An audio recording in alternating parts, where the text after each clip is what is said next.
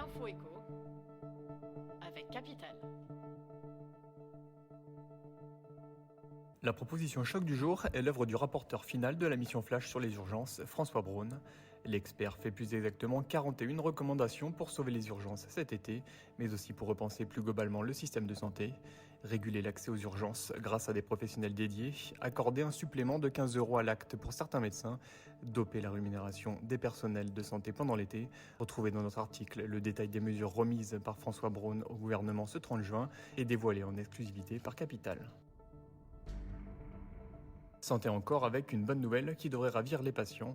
Toujours dans le cadre de son rapport rendu à l'exécutif, François Braun préconise de prolonger le remboursement intégral des téléconsultations pendant l'été.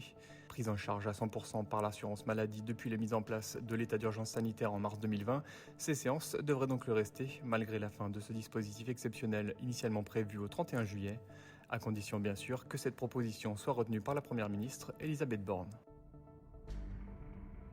L'analyse du jour, face au pic d'inflation, le gouvernement entend plafonner les augmentations de loyers à 3,5% durant l'année à venir et augmenter d'autant les aides personnalisées au logement, les APL.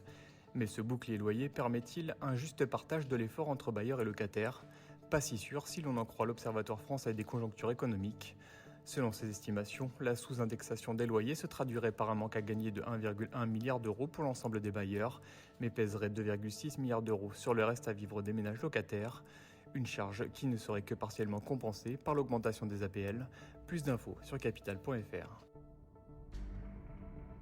On conclut avec le chiffre du jour, 4,60%. C'est le rendement attendu du livret d'épargne populaire à partir du 1er août prochain. Alors que l'INSEE a publié jeudi 30 juin l'inflation provisoire pour le mois de juin, il est désormais possible d'évaluer la hausse du taux du LEP. Déjà relevé de 1% à 2,20% le 1er février, il devrait s'envoler à 4,60%, soit la moyenne de l'inflation annuelle constatée entre les mois de janvier et juin.